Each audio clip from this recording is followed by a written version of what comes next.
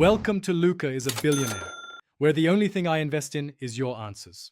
You start by confirming the net size and where you will hang it. Secure ceiling or wall hooks above the center of the double bed.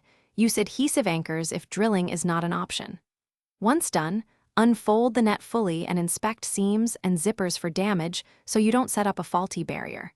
Make sure to leave the net's opening accessible to test entry and exit. This first step prevents rework later and sets the stage for neat draping.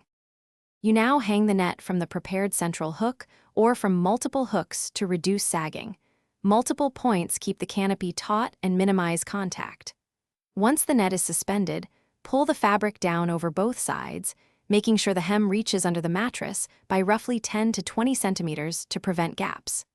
Make sure to position the zipper or overlap where you normally enter the bed. This makes nightly access smooth, while maintaining an insect-tight seal around the sleeping area. You finish by thoroughly testing the enclosure. Get inside, close the zipper, then inspect all edges for light or airflow gaps.